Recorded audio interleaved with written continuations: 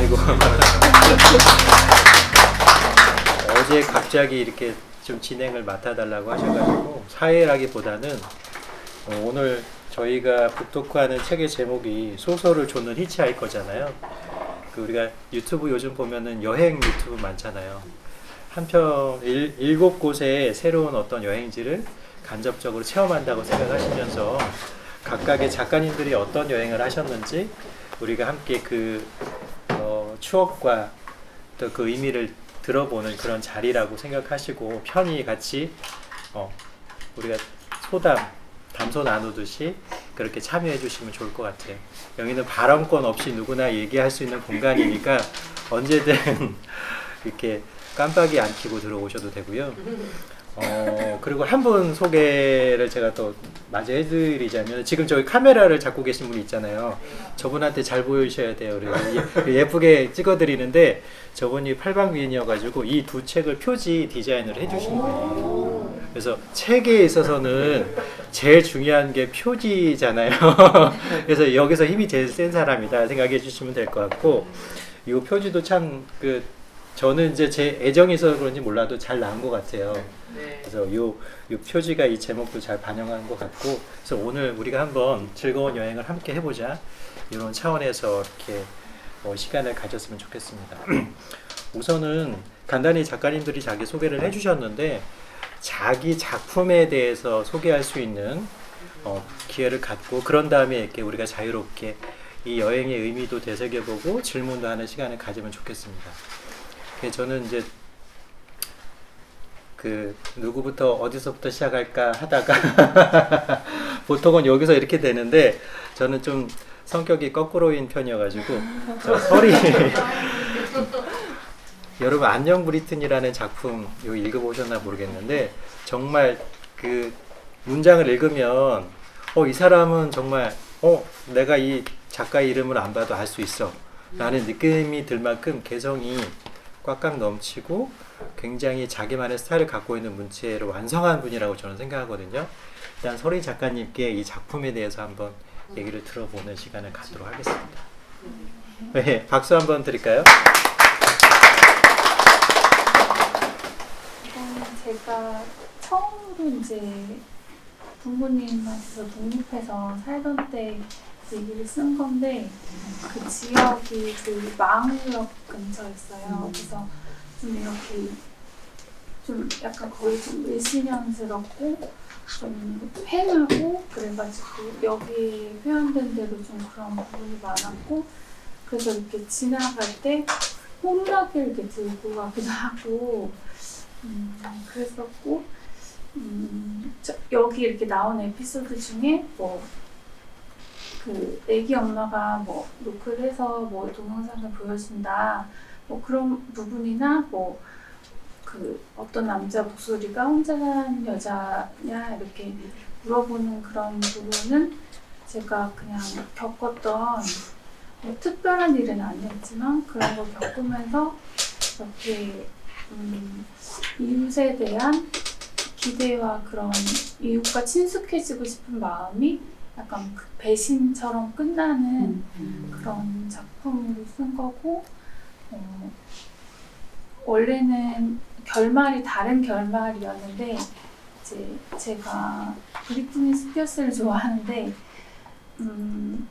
마지막에 이렇게 문을 열었을 때 그 집에 이렇게 브리트니 스피어스의 음악이 둥둥거리면서 이렇게 울려오는 걸 생각하면서 결말을 썼는데 결말이 조금 아쉽다고 생각해서 조금 감안해서 읽어주셨으면 좋겠습니다. 감사합니다. 희연 작가님. 네, 안녕하세요. 와주셔서 감사합니다. 저는 두 번째 흑역사 썼어요.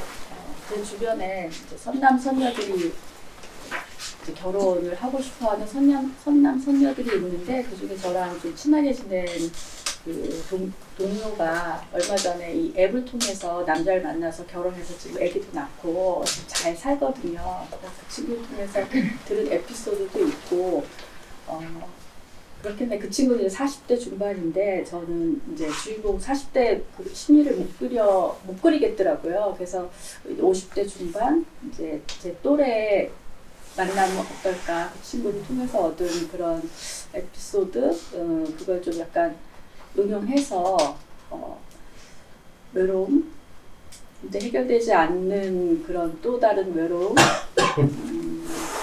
그런 거를 이제 그리고 싶었는데 글 쓰다 보니까 약간 성장 소설처럼 된 것 같기도 하고요. 그냥 저는 그냥 에피소드를 이렇게 정리해서 소설화하면 어떨까 하고 저 나름대로 그런 도전이었었는데 또 김영숙 작가님이 의미부여를 해주셔가지고 셀라비 이거는 인생이다 뭐 이렇게 의미를 또 주어주셔가지고 제가 또 좀 많이 안심이 되고 이 작품에 대해서 뭔가 의미를 갖는 듯한 느낌이 들고 재밌게 읽어주셨으면 좋겠습니다. 이제 여기가 끝이라 해도를 쓰신 이제 사진 작가님이시면서 이번에 처음 책을 이제 출간하신 장보연 작가님. 안녕하세요. 저는 처음 같이 글을 쓰게 됐었는데 같이 하면 재밌을 거라고 해서 시작을 하게 됐었어요. 근데 진짜 재밌게 썼거든요. 소설가님이 너무 잘 도와주셨고 다른 분들도 글을 같이 쓰면서 너무 잘 도와주셔서 재밌게 썼는데 저는 제가 쓴 이 여기가 끝이라 해도는 시작이 그 올해 초였던가 갑자기 자고 있는데 새벽에 알람이 막 엄청 울렸었어요. 분당은 안 울렸다고 그랬는데 서울은 그 지진? 재난 문자 아니 재난. 그 북한이랑 뭐 일이 있어서 그때 막 갑자기 새벽에 뭐 대피를 하라는 안내 문자가 왔었거든요. 그게 한 20분 정도밖에 지속이 안 된 일이었는데 저는 그때 이제 혼자 자고 있었던 때라 너무 무서웠어요. 그래서 그때 그 내용을 시작으로 이 글을 쓰기 시작했거든요. 시작은 그래요. 근데 중간 내용은 뭐 그냥 로맨스라고 해야 하나요? 그런 내용인데 어쨌든 저는 그 짧은 시간 안에 주인공에게 일어나는 심리 묘사를 보여주고 싶었고요. 그래서 2시에 전화가 와서 4시에 끝날 때까지 딱 2시간 동안에 이 사람의 생각과 행동을 좀 자세하게 보여주고 싶다. 그래서 보이기는 로맨스인데 어떻게 보면 재난이기도 하고 그냥 개인의 이야기를 쓴 거거든요. 저는 일단 다른 건 없고 그냥 재밌었어요. 쓰는 내내 재밌었고 끝나고 나서 이번 주에 다시 읽었을 때는 솔직히 너무 창피하고 나와서 다시 읽어봤더니 고칠 부분밖에 안 보이더라고요. 그래서 그래도 다 같이 이런 기회가 있어서 좋았습니다. 재밌게 읽어주세요.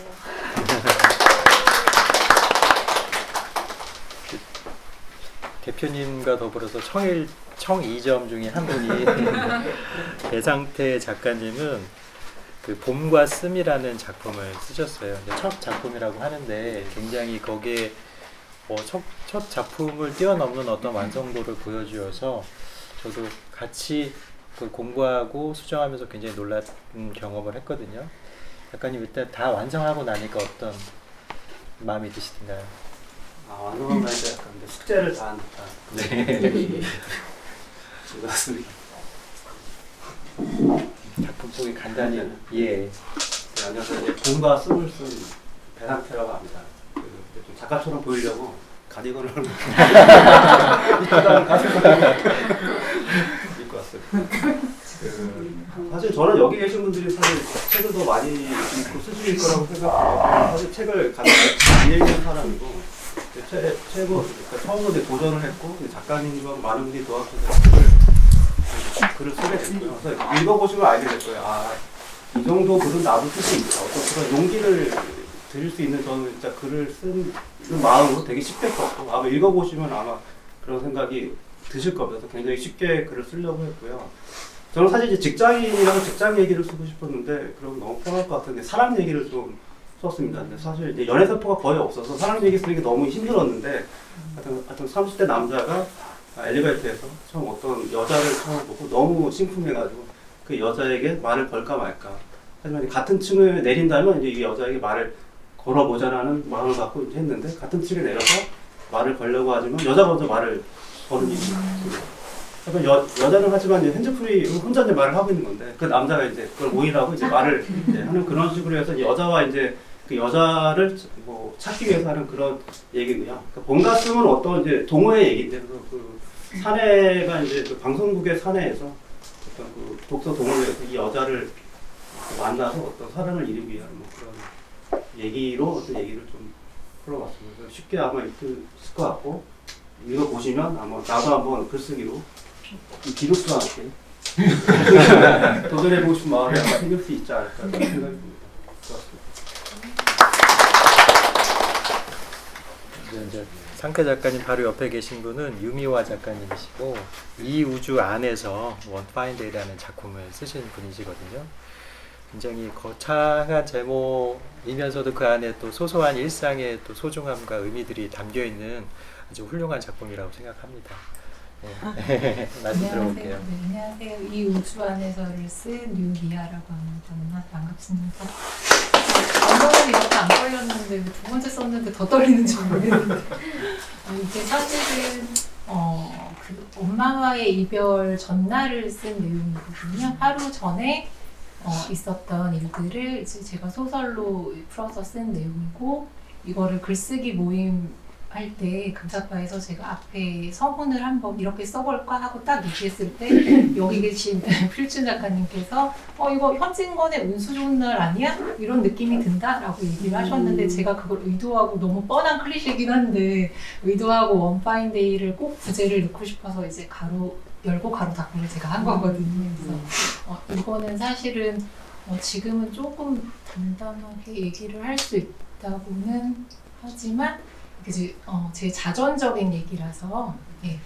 갑자기 얘기하니까 또 이렇게 또 시작이야. 또 시작. 제가 눈물이 많아서 죄송해요.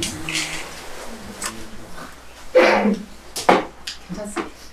네, 들어갔어요 이제. 제가 4월에 겪었던 일을 제가 이렇게 쓴 거고, 그래서 이 이름을 우주라고 쓴 거는 사실 이름이 이제 부모님들이 그 자신의 바라는 걸 투영을 하잖아요, 사실은. 그래서 죄송해요. 물 한 잔 드세요. 물 한 잔 드시고. 분위기를 너무 어둡게 하는 거거든. 하나도 안 좋아. 네, 괜찮습니다. 제 이름도 사실은 저희 엄마가 지어주신 거라서 이 아이 이름을 우주라고, 이 아이는 아니고 이 사람 이름을 우주라고 쓴 것은 그 제가 기사를 봤는데 지구라는 아기가 선천성 담도 폐색증 뭐 이런 걸 앓고 있더라고요. 그래서 그 엄마 부모님이 들어갈 수 없는 중환자실에 있었는데 이제 그 간호사가 뭐 지구야 엄마가 널 사랑하고 계셔 힘내자라고 얘기를 하는 게 우연히 그 엄마가 애기한테 넣어보낸 핸드폰 그 메시지에 영상이 찍혔다고. 그 기사가 이제 제가 인터넷에서 봤는데 되게 감동적이더라고요. 아이 이름을 지구라고 지은 그 부모님의 마음이 어땠을까라고 그런 생각이 들어서 이제 이름을 그렇게 우주라고, 이것도 너무 뻔할 수도 있지만 제 생각에는 그 엄마한테는 우주니까 그렇게 지은 거고, 그래서 그 1년에 하루에 일어나는 일들을 지역 이렇게 돌아가기 전날 어떤 일을 겪었는지를 소설로 각색해서 쓴 거고, 제가 이걸 쓰면서 느꼈던 게 이게 제가 2달 후에 쓴 내용이라 사실은 너무 날것의 감정을 그대로 드러내진 않았을까. 보통 글을 쓰면 좀 성숙시킨다고 하잖아요. 묵혀서 써야 되는데 저는 그런 상태가 그때 아니었기 때문에, 근데 너무 쓰고 싶은 거죠. 왜냐면 기억을 못할 것 같아서 이 책을 통해서 평생 박제를 하고 싶었거든요. 영원히 이제 갖고 싶어서 그렇게 쓰게 된 거고, 쓰고 나서 작가는 역시 아무나 하는 게 아니구나라고 느낀 게 우연일 수도 있지만 김영석 작가님 단편집을 또 제가 여기서 광고를 하자면 거기서 프랑스 말로는 코아코아라는 그 단편 작품이 있는데 거기서 저랑 결은 되게 달라요, 사실은. 근데 소재가 이제 이런 내용을 다룬 부분인데 저는 되게 날것을 막 드러내고 제대로 못한 느낌이 있다고 지금 보면 좀 부끄럽긴 하는데 김영석 작가님은 굉장히 그거를 담담하고 부드럽고 관조하는데 되게 따뜻하거든요. 그래서 역시 작가분들은 이렇게 쓰시는 거구나라는 제 거랑 같이 비교를 해서 보시면 이제 그 어떻게 쓰면 되는지를 알 수 있는 교과서 같은 느낌? 저는 그래서 작가님 거를 보면서 공부를 되게 많이 했거든요.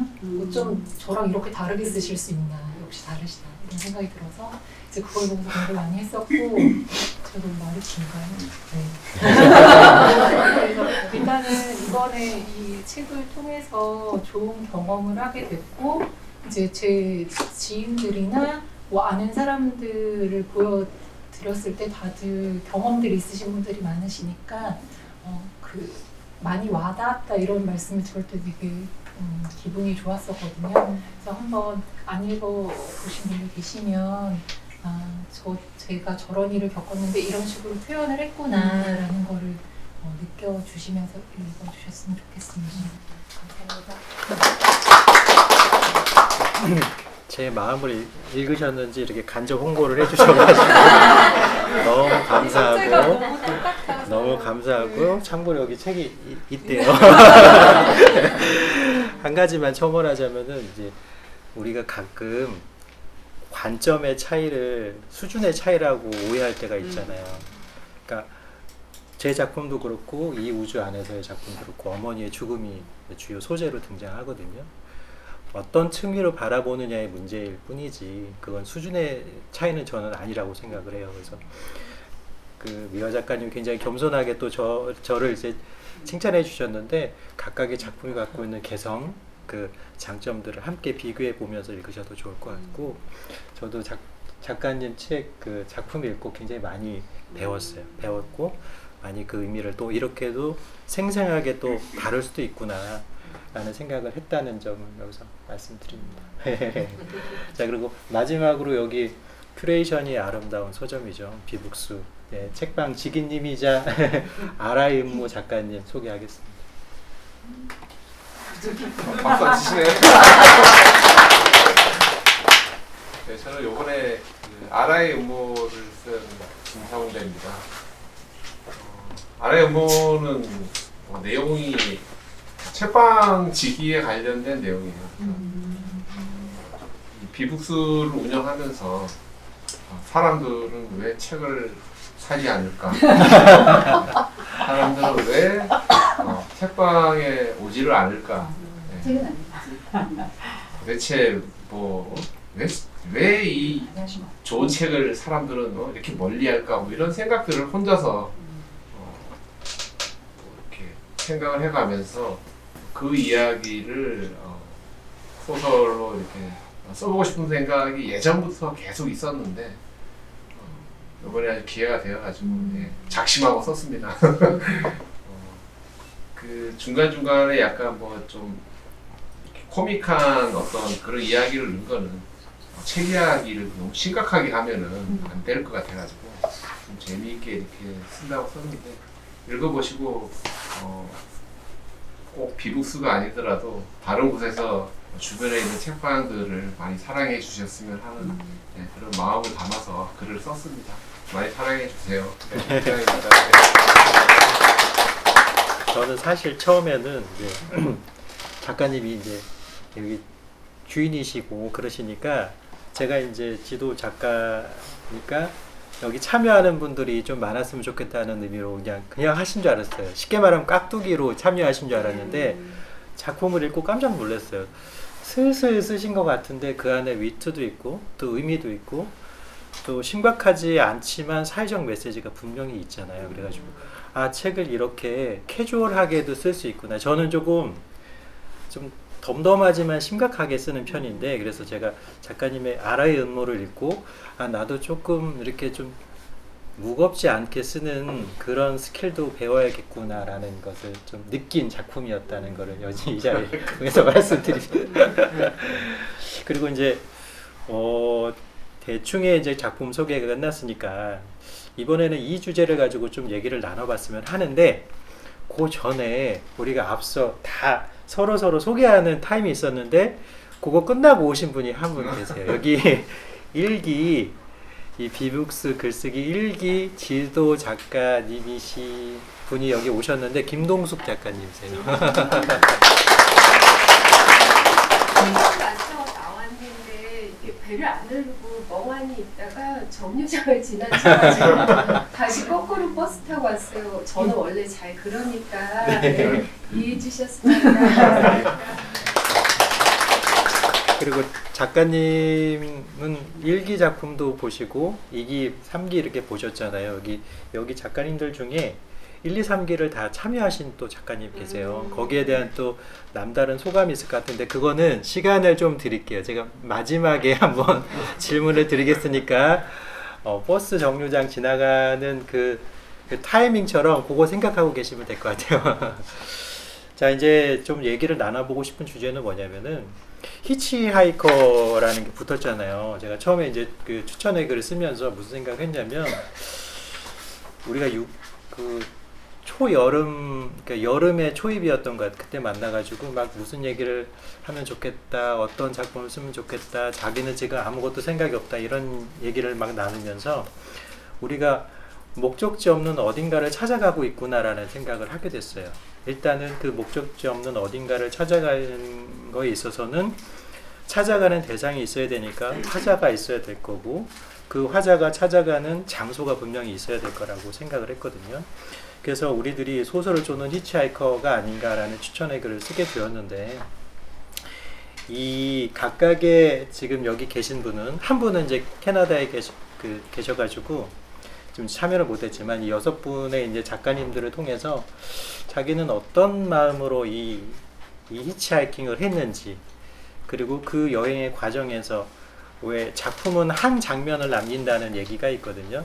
우리가 단편 소설을 보면은 사건이 또 여러 개가 있을 수도 있고 장소가 계속 바뀌지만 덮고 나면 머릿속에 맴도는 한 장면이 있어요. 그 의미 있는 장면에 대해서 좀 얘기를 나눠보고 싶거든요. 그래서 제가 이제 작가님들께 이제는 이제 순서 상관없이 제가 툭툭 질문을 드릴 텐데 그 질문과 대답을 나누는 과정 중에 여러분들께서도 궁금하신 게 있을 거예요. 책을 읽고 오신 분이라면 이 장면에서 왜 화자가 이렇게 행동을 했을까가 궁금하시기도 할 테고 아직 책을 안 읽으신 분이라면은 그 제목의 의미라든지 이 화자를 통해서 어떤 이야기를 하고 싶었는지 그런 얘기들을 질문할 수도 있을 것 같아요. 그리고 다행인 점은 이 7편의 작품이 서로 다른 여행지를 향하고 있다는 거예요. 비슷하게 쉽게 말하면 동아시아를 다 여행했다면은 굉장히 좀 너무 좀 식상하다, 서로 비슷비슷하다 이렇게 느끼셨을 수 있는데 실제로 다 작품을 읽어보시면 아시겠지만 어떤 작품은 유럽의 어딘가와 닮아 있고 어떤 작품은 또 일본의 교토를 닮아 있기도 하거든요. 그런 개성들과 이런 차이점들을 우리가 한번 의미를 나누면서 그것들을 되새기는 시간이 되었으면 좋겠습니다. 자, 제가 먼저 질문을 드리고 싶은 작가님은 희연 작가님인데 네. 저는 희연 작가님의 이 흑역사라는 작품을 통해서 굉장히 저도 생각을 많이 했어요. 물론 이제 화자하고 저의 나이대는 다르지만 거기서 뭘 느꼈냐면 우리는 다들 본인이 인정하든 인정하지 않든 인간은 외로움을 느끼는 존재라는 건데 그 외로움을 느끼기 때문에 다른 누군가를 찾아 헤매기도 하지만 결국은 만나고 싶어하는 거는 진정한 자아 아닌가라는 생각도 해보게 돼요. 그래서 그런 의미, 희연 작가님이 이 작품을 통해서 이 히치하이킹의 과정을 통해서 만나고 싶었던 화자는 진정 어떤 모습이었는지가 궁금했거든요. 어려운 질문. 여기서 이제 화자는 사별을 하고 6년 동안 이제 홀가분함을 즐기다가 어느 날 친구가 남자친구가 생겨서 행복해하는 모습을 보면서 갑자기 자기도 누군가 옆에 있었으면 좋겠다라는 강렬한 어떤 바람으로 뭔가 이렇게 시도를 하거든요. 시도를 해서 그 만남을 가졌는데 되게 엇갈리는 인연, 기대가 너무 달랐고 그래서 좀 씁쓸하게 이제 막을 내리는 그런 거긴 했는데 사실 제가 전 세 번째 참여예요. 첫 번째, 두 번째, 세 번째 화자가 다 너무 외로운 캐릭터들이란 말이에요. 그래가지고 외로움을 화두로 내가 많이 쓰고는 있구나 이제 이 생각을 했었고 사실 이 작품하고 무관하게 제 경험을 말씀드리면 저는 이제 좀 제가 직장이 집은 여기인데 직장이 좀 멀리 있어가지고 평일에 거기가 있으면서 되게 사실 제가 심적으로 겪는 외로움이 컸어요. 컸는데 제가 올 봄에 좀 큰 수술을 했거든요.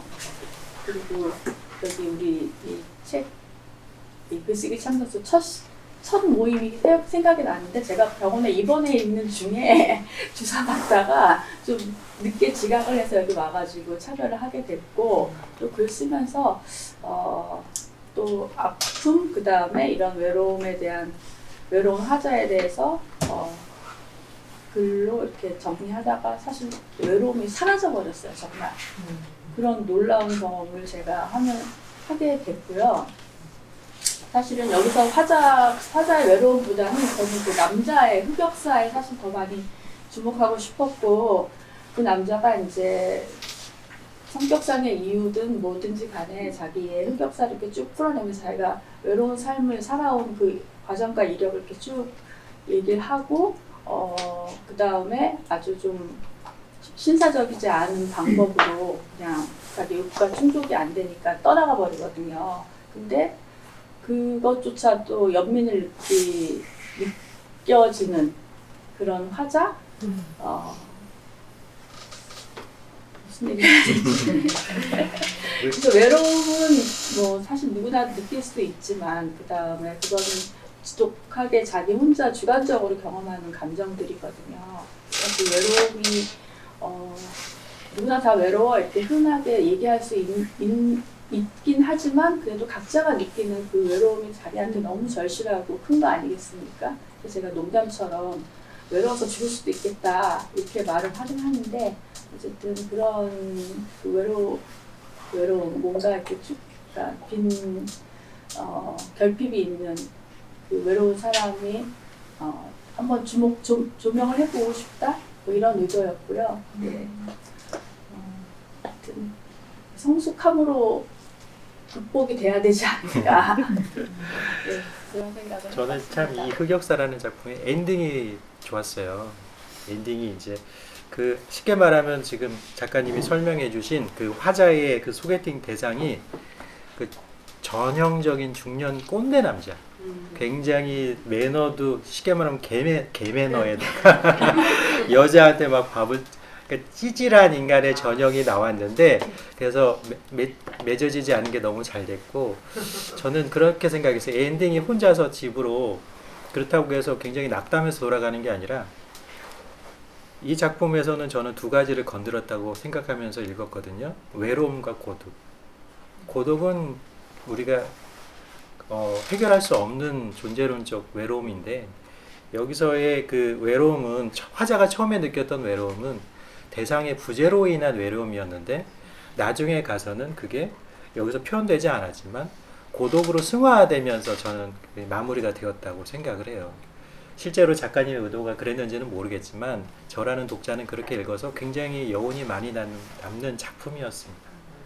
네, 제가 이것도 저 개인 경험하고 또 연관이 있는데 이제 그들은 그 남편이 있는 그런 주부였었는데 남편하고 너무 사이가 안 좋아가지고 너무 힘들고 그런 어려움을 이제 저한테 토로하는 과정이었었는데 그분이 이제 집을 가출을 했어요. 가출을 했는데 자기 언니네 집으로 이제 조카한테 나는 어쩌다 자전거도 못 타고 나이 먹었냐. 그래서 조카한테 자전거를 배웠대요. 그래서 제가 그때 그분이 많은 그런 심적인 고통과 괴로움을 갖고 저한테 오긴 왔지만 이분이 얼마나 성숙할 수 있는지 그 다음에 자기 스스로 극복할 힘이 있는지 그 말 한마디에서 제가 받았던 감명이 있거든요. 근데 마침 이 작품을 쓰면서 그분이 생각이 나가지고 이런 엔딩을 제가 쓸 수 있었을 것 같은데 좀 더 멋있게 잘 쓰지 못한 건 좀 약간 아쉬워요. 모르겠어요. 읽으시는 분들은 어떨지 모르겠는데. 근데 아쉬워야 다음 작품에 도전을 하게 됩니다. 나는 너무 잘 썼어. 이걸로 온전한 글을 썼다 그러면은 이제 다음 작품에 도전할 마음이 안 생기는데 저도 마찬가지고요. 저도 항상 제 작품 다시 읽으면 조금 더 손을 보고 할 걸 그런 아쉬움이 남지만 그러니까 또 다음 작품을 쓰게 되는 동력이 되는 것 같아요.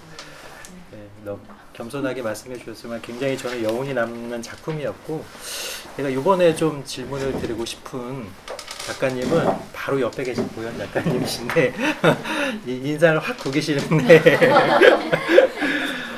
저는 이 작품 읽고서는 굉장히 한 편의 영화 소설로서의 완성도도 좋지만 한 편의 영화를 본 것 같은 그런 느낌이 들었고 굉장히 짧은 단편 안에 거대한 세계관을 형성했어요. 그러니까 안 읽으신 분들에게 잠깐 설명을 드리면 느닷없이 국가적인 재난이 자기가 한 개인이 감당할 수 없는 엄청난 재난, 그게 지진일 수도 있고 전쟁일 수도 있고 테러일 수도 있는데 그것을 맞닥뜨린 인간이 누군가를 찾는 과정, 그리고 그 과정 속에서 그 사람에 대한 신뢰, 그러니까 믿음의 관계에 대해서 쓴 작품이라고 생각을 했는데 저는 이 작품을 읽고 굉장히 어렸을 때 왜 그런 거 있잖아요. 롯데 지금도 있나 모르겠는데 롯데월드 같은 데 가면 신밧드의 모험인가 뭐 어드벤처 이런 거 있잖아요. 그거 탄 느낌이었어요. 그래서 굉장히 재미있고 즐거운 경험을 했는데 이 작가님께 이 히치하이킹한 장면 중에서 가장 마음에 들었던 장면이라든지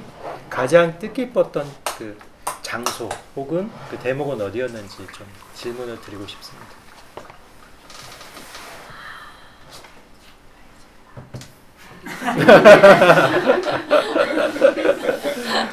저는 그 질문이 가장 어려울 거라고 생각을 해서 네.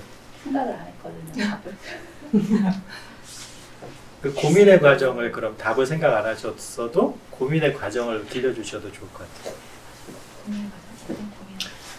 그러니까 답은 없지만 그 답을 생각해내려고 고민을 해보셨을 거 아니에요. 그러니까 이 중에서 가장 기억에 남는다고 하기가 어려운데 얘기하기가 좀 애매한 게 이 글도 소설이긴 하지만 약간 자전적인 내용이 많아서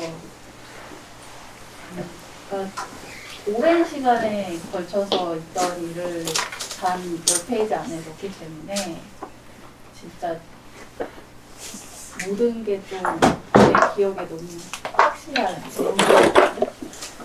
그래서 고르기가 되게 지금 이제 골라서 넣은 거라서 그러면은 그렇게 넣기는 좀 힘들고 요렇게 한번 해보면 어떨까요? 지금 보현 작가님의 찐친 분들이 많이 오셨잖아요. 그러니까 인간 보현을 내가 보다가 지금 작가 장보현을 만났잖아요. 이 작품을 통해서. 그래서 이런 점은 내가 알던 거하고 책을 통해서 우리가 왜 그 작가를 몰라도 책을 통해서 그 글을 통해서 이런 작가일 거라고 생각을 하잖아요. 근데 막상 만나면 내가 생각했던 거하고 다르네 일 수도 있고. 그러니까는 어쨌든 평소에 알던 모습과 다른 모습을 발견했을 것도 같아요. 혹시 그런 것들이 있다면 네 분 친구분 중에 아무나 내가 보현에게 이런 면인지 몰랐어.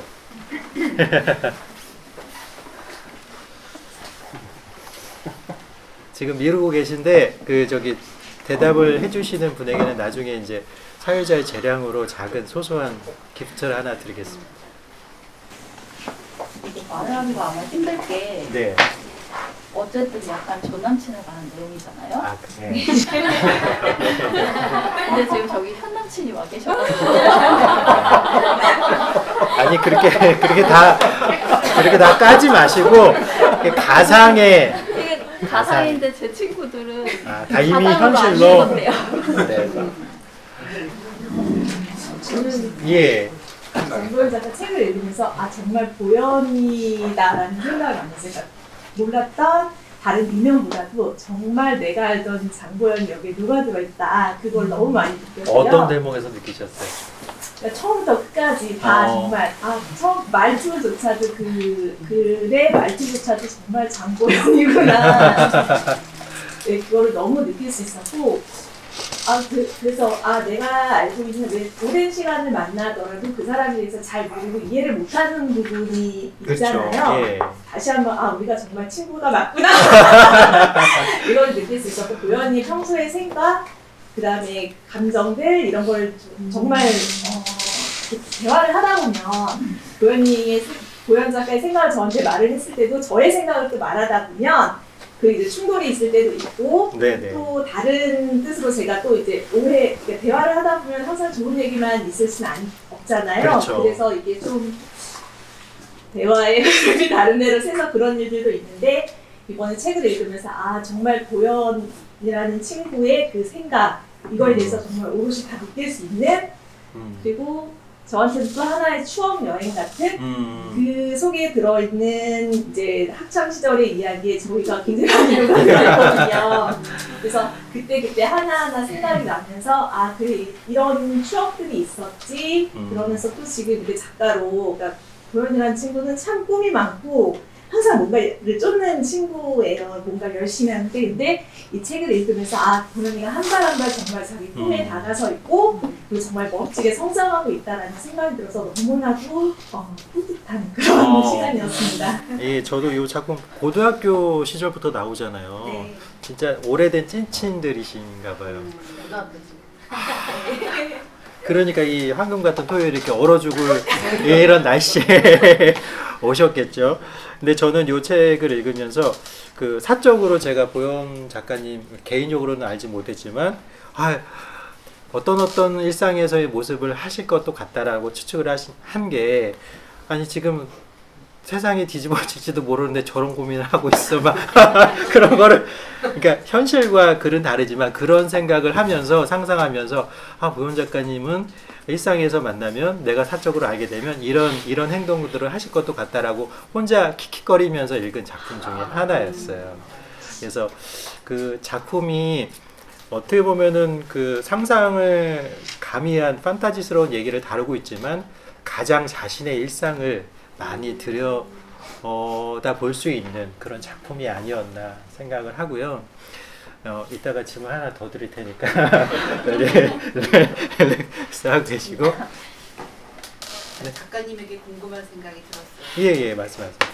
그 작가님이 이 책을 쓰게 된 그리고 이제 어떤 자기 자선적인 얘기가 많이 수용됐다고 하시니까 친구분이 얘기하신 것도 그런 면을 제기하시면서 저는 사실은 이제 초대는 받았지만 책을 읽지 않고 와서 학교에 가서 애들 예습 해오라고 했는데 예습 안 해오 애들 그냥 멀뚱하게 쳐다보는 느낌이라서 조금 그래요. 그리고 내가 책을 읽고 왔었으면 굉장히 더 좋았겠다 싶은 생각도 들지만 아까 6분 작가님의 얘기를 듣고 이 호기심과 기대치가 이만큼 올라가져 있어요. 그러니까 그 작가의 의도를 우리가 먼저 듣고 제가 책을 아직 읽지 않은 상태이기 때문에 이러이러할 것이다 기대감도 굉장히 높아져 있는데 이제 말씀하시는 걸 듣다가 지금 질문하고 싶은 거는 그러면 가장 자전적이고 나의 어떤 그런 위급한 상황에서 나의 그런 이야기가 수용됐다고 하시니까 가장 인상이 나다운 장면을 꼽으라면 어떤 게 있었을까요? 몇 쪽의 어느 장면? 유념하면서 읽어볼게요.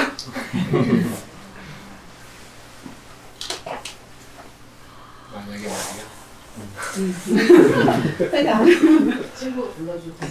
이 글을 처음에 써서 처음에 모두 읽으셨을 때 첫날 모두가 칭찬을 해주시는데 저 끝에 계신 대표님께서만 굉장히 신랄하게 쓴소리.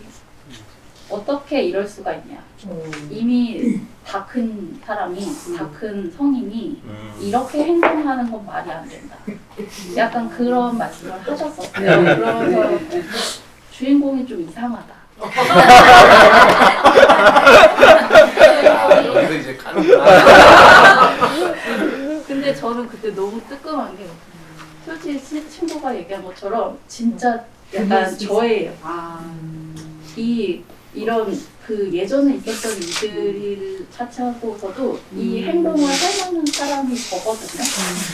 근데 제 친구들이 항상 저한테 너 좀 이상해라는 말을 많이 했어서 저는 이번에 처음 글을 쓰면서 내가 진짜 이상한가? 라는 생각을 했어요.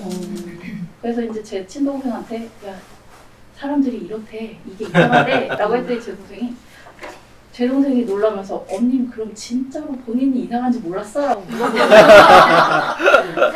그래서 이 안에 이제 작가님 말씀하신 것처럼 2시간 뒤면 세상이 끝날 수도 있는데 이 여자는 사랑을 생각을 하고 있어요. 근데 저는 다들 글을 쓰실 때 여쭤봤더니 처음에는 뭐 자기 일도 쓰고 하지만 어쨌든 소설가분들이 가장 많이 쓰고 처음에 쓰는 거는 본인이 가장 잘 알거나 경험을 했거나 가장 감정이 다 있는 걸 쓰잖아요. 근데 그래서 제가 생각해 봤을 때 제가 뭘 쓰고 싶었나를 생각했더니 저는 살면서 남녀 관계가 됐건 친구 관계가 됐건 관계, 사랑에 대해서 가장 생각을 많이 하면서 살았어요. 그래서 이 글을 쓰게 됐고 이 안에서 저는 솔직히 2시간밖에 안 남았는데 당연히 내가 사랑하는 사람을 찾아갈 거라고 생각을 하거든요.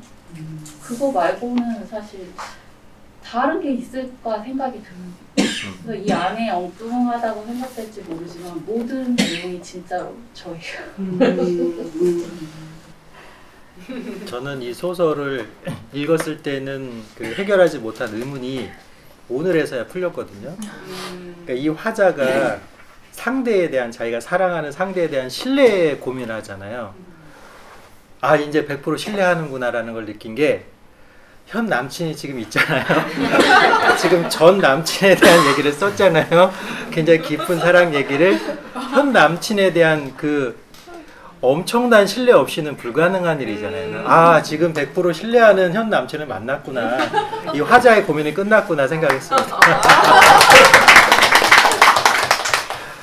네. 저는 말씀하신 책을 보면서 가장 장보연이다를 느낀 부분이 예. 171페이지에서 172페이지였어요. 오. 그 부분에 딱 보면서 아 정말 장보연이 평소에 제가 느끼던 장보연의 그 느낌이었고 네. 그 보연 작가님께서는 이제 사진 작가로도 활동을 하고 계시잖아요. 그렇죠. 2번의 전시회를 네. 하셔가지고 봤는데 2번 다 저희는 갔었죠. 근데 그때 봤던 사진과 이 책에 나타난 보연의 감정이 굉장히 오버랩이 됐던 그게 171페이지에서 172페이지였어요. 저는 어디서 좀 인상 깊었냐면 지금 세상이 망할 이렇게 표현하면 좀 저급한데 편의점 그 여자 사장님이랑 노가리 까는 거예요. 노가리는 아니지만 자기랑 깊지 않은 인연에 있는 사람에게도 그 사람을 걱정하는 마음. 나중에 갈 데가 없으면 꼭 찾아오라고 자기 주소까지 알려주잖아요. 그래서 이 화자가 갖고 있는 그 세상에 대한 그 세계관, 따뜻한 심성이 느껴져서 되게 좋았던 장면이에요. 저라면은 저부터 살라고 지금 정신이 없을 것 같은데 그런 부분들을 통해서 작가의 마음을 읽을 수 있었다 생각했습니다. 네. 자 그러면 이제 다음 여행지로 잠깐 떠나볼게요. 청 2점 중에 한 분 지금 뭐 입술을 쿵 다물고 계신데 이제 광고계에 계신 분인데 아무래도 이제 첫 작품이니까 자기 삶이 많이 투영이 될 것 같아요. 그 봄과 씀이라는 작품을 통해서 그 어린 시절에 자기 자신과도 만나고 현재 우연히 만난 그 누군가를 또 사랑하게 되는 과정이잖아요. 그래서 저는 이 작품을 통해서 이 화자의 다음 행동이 물론 작품 안에서는 거기서 엔딩이 됐지만 어땠을까 되게 상상을 많이 했던 작품이거든요. 작가님 이 작품을 통해서 표현은 안 하셨지만 이 화자의 다음 생은 어떤 삶으로 이어지나요? 네, 만약에 상상을 한다면 만약에 예습을 안 하신 분이 계셔가지고 설명을 드리면 사실 엘리베이터 장면이 2번 나오는데 첫 장면에서도 엘리베이터 장면인데 그녀를 보는 게 엘리베이터고 마지막 장면에서도 엘리베이터 장면이 나와요. 엘리베이터 장면 헤어져서 그녀가 간단히 인사하고 떠나서 문이 닫힐 즈음에 이번에는 문을 본인이 열고 틈새에 손을 넣고 나가는데요. 사실 이 제목을 원래 틈새라고도 하려다가 틈새라고 하지 않았는데 저는 이게 틈새가 있는 장면들이 몇 개 나오는데요. 그러니까 엘리베이터 장면도 나오고 어떤 사실 이 친구가 이제 다큐멘터리 감독인데요.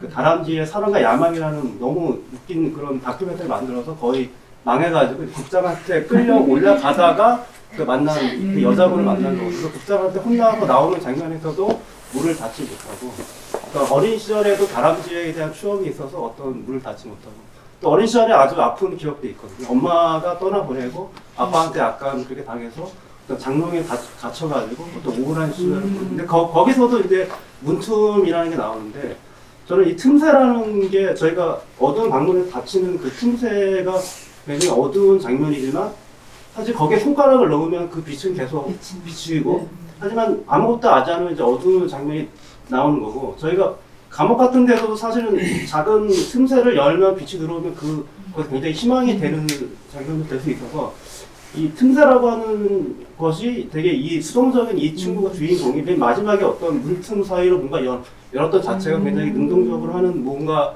행동이라고 저는 생각을 했고 그 다음에 사실은 뭔가 연결은 안 되거든요. 이 주인공 지수라는 여자가 이제 아나운서 나오는데 그분하고 뭐가 있지는 않지만 굉장히 뭔가 긍정적으로 왜냐면 자신이 뭔가 한 행동이기 때문에 다음 장에서는 뭐 더 그 친구가 잘 될 수도 있고 하여튼 처음으로 뭔가 행동을 한 행동이기 때문에 그동안 어린 시절과 방송국에서는 아무 일도 하지 않았지만 가장 능동적으로 한 행동이기 때문에 다음 쪽에서는 뭔가 더 긍정적으로 뭐가 이루어지지 않았나 그런 생각을 저는 이제 요거 읽으면서 어떤 생각을 했냐면 틈새라 그 작은 틈새이지만 이 화자의 어렸을 때 경험을 통해서 그 축적된 어떤 트라우마 같은 것들 관계에 대해서는 밖에서 잠그는 문이 있잖아요. 네. 그런 느낌이 들었는데 마지막에 가서는 그게 아니라 안에서 자신이 열고 닫을 수 있는 그런 능동적인 문으로 바뀌었다는 생각을 했어요. 그래서 이제 실제로 그 두 사람이 이어졌냐 안 이어졌냐 이런 것에 대한 궁금증보다는 화자가 그런 것, 그 작가가 그런 거를 염두에 두고 쓰지 않았을까. 그리고 사실은 그런 계획을 넣지 않았다고 하더라도 작품을 쓰다 보면 저도 가끔 그런 경험을 하는데 내 의도와 상관없이 쓰다 보면 그 이미 의미가 그렇게 수렴되어 가는 그 경험을 할 때가 있어요. 그래서 저라는 독자는 이 작품을 통해서 화자의 그 수동적인 삶에 대한 태도, 관계에 있어서가 그게 능동으로 바뀌는 어떤 놀라운 경험을 했다라는 말씀을 드리고 싶었고 그 상태 작가님은 요번이 처음이라고 하는데 처음 쓴 작가분 같지 않게 굉장히 노련하게 잘 쓰신 것 같아서 앞으로 이렇게 쭉 계속 비북세 사는 거기에 참여하셔가지고 7번, 6번을 더하면 이제 단편이 보통 7편의 그 작품으로 구성이 되잖아요. 그래서 책을 꼭 내보십사 그런 말씀을 드리고 자 바로 옆에 계신 이 우주 이 거대한 우주라는 그 화자를 우리에게 소개해 주신 유미아 작가님께 이 작품은 자전적인 이야기를 바탕으로 쓰셨잖아요. 그렇지만 자전적이지만 보편적인 소재를 갖고 그 보편적인 그 보편성을 갖고 있다고 생각해요. 누구나 가까운 사람과의 죽음을 통한 이별을 경험하기 때문에 그래서 더 굉장히 몰입해서 읽을 수 있지 않았나 싶은데요. 이 화자와 함께 여행을 지금 떠나려고 하는 분들에게 한번 쭉 스케치해서 말씀해 주신다면 뭐 읽으신 분도 계시고 안 읽으신 분도 계시겠지만 일단은 이 우주라는 화자가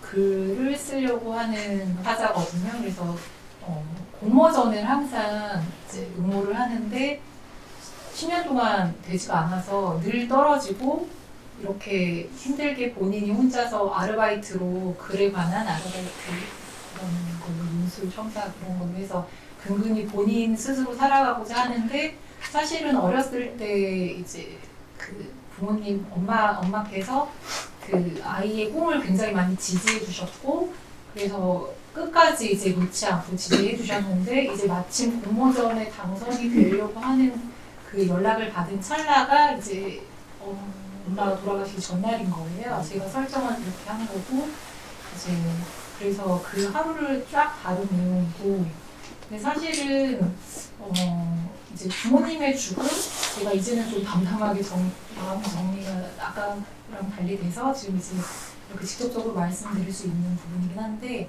이거는 모두 겪으신 분도 계시고 앞으로 또 겪으실 분도 계시고 이제 모든 사람들이 보편적으로 경험할 수 있는 부분이더라고요. 그래서 이 부분을 어떻게 소설로 풀어낼까 생각을 하다가 과거라는 게 있잖아요. 추억.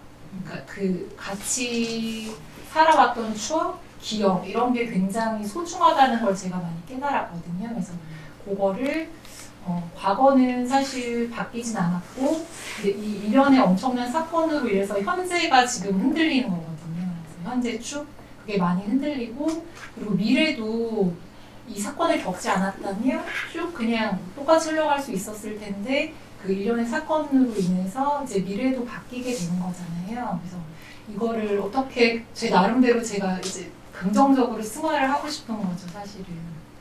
안 그러면 제 스스로 너무 힘들 것 같아서 그래서 그 부분을 생각을 했을 때 제가 요 앞에 소리가리도 썼거든요. 근데 뭐든지 영원할 것 같았던 게 사실은 영원한 게 세상에 없다는 거를 이런 걸 통해서 제가 직접적으로 정말 뼈저리게 깨달았거든요. 그래서 이게 영원할 수 없다는 걸 알았으면 과연 어떤 거를 잡고 우리는 살아가야 될까라고 생각을 했을 때 기억, 추억, 기록 이런 거 옛날에 어른들이 막 항상 얘기하시는 되게 뻔한 얘기인데 뭐 사진밖에 남는 게 없더라 얘들아 이런 얘기 하시고 뭐 이렇게 글로 된 거밖에 남는 게 없더라. 그래서 나이가 많이 드신 분들은 본인의 이렇게 책을 자서전 이런 걸 쓰는 걸 갑자기 하신다던가 이런 걸 제가 주변에서 많이 봤거든요.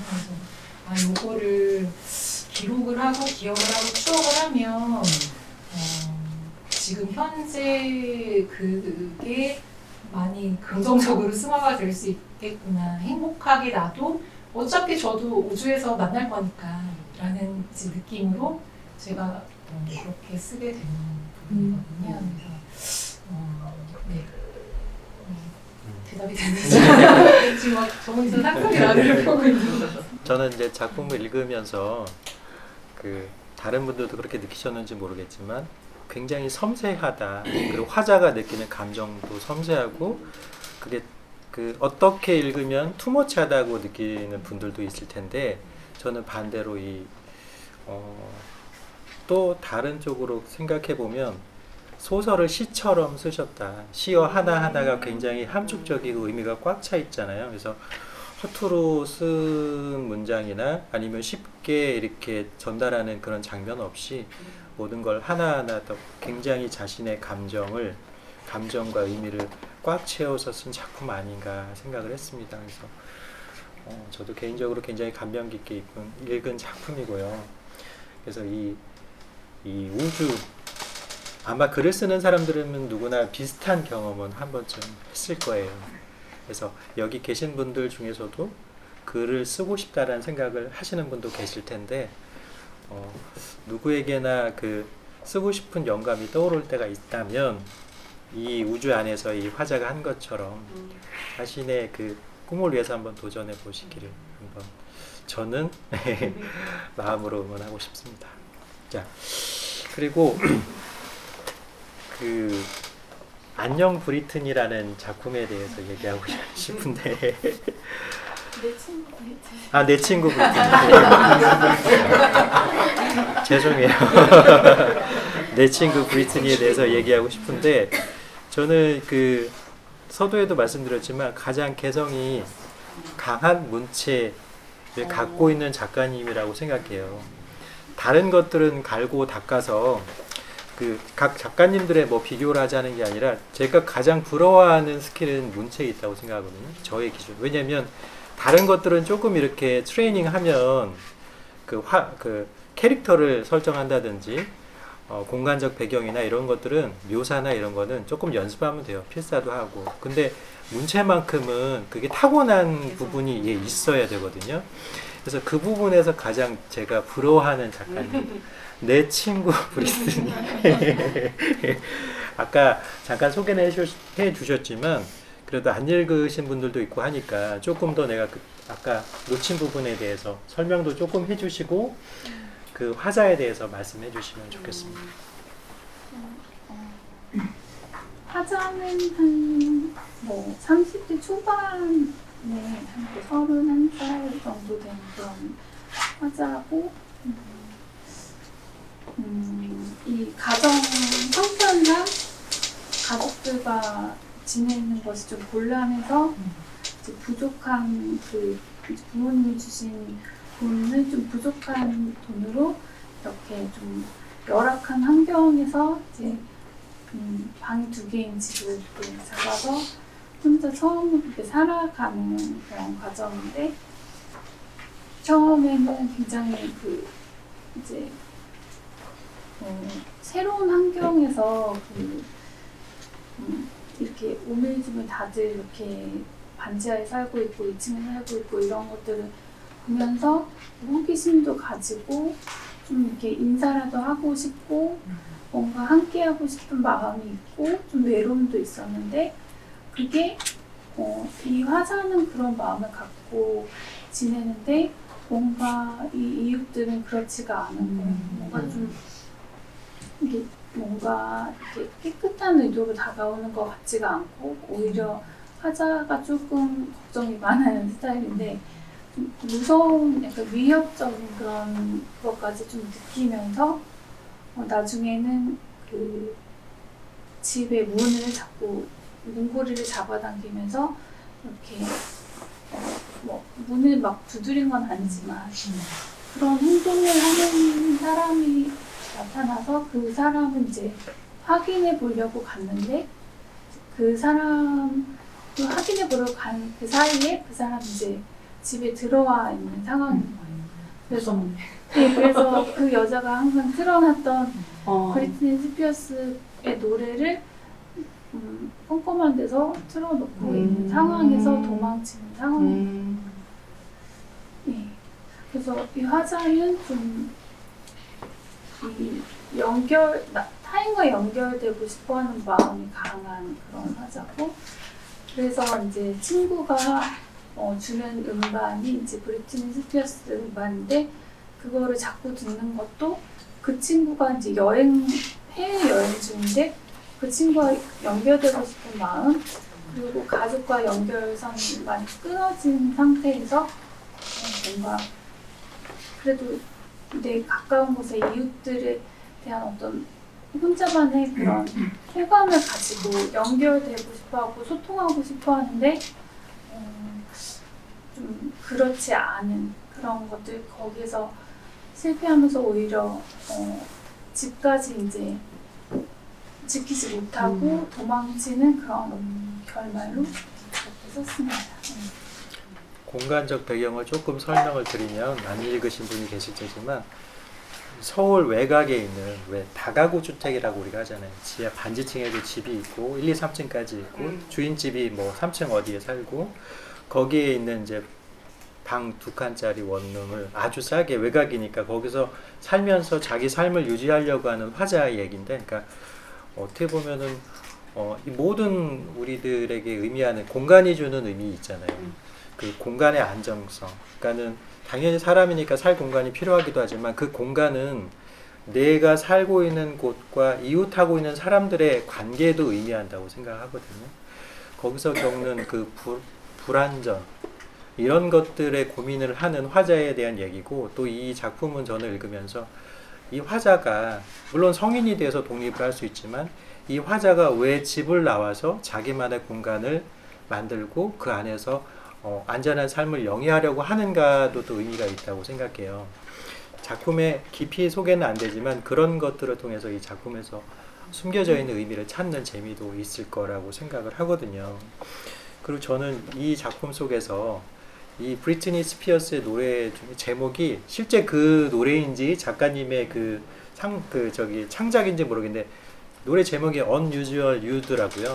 이상한. 그러니까는 이게 의미하는 게 굉장히 다의적이라고 생각을 해요.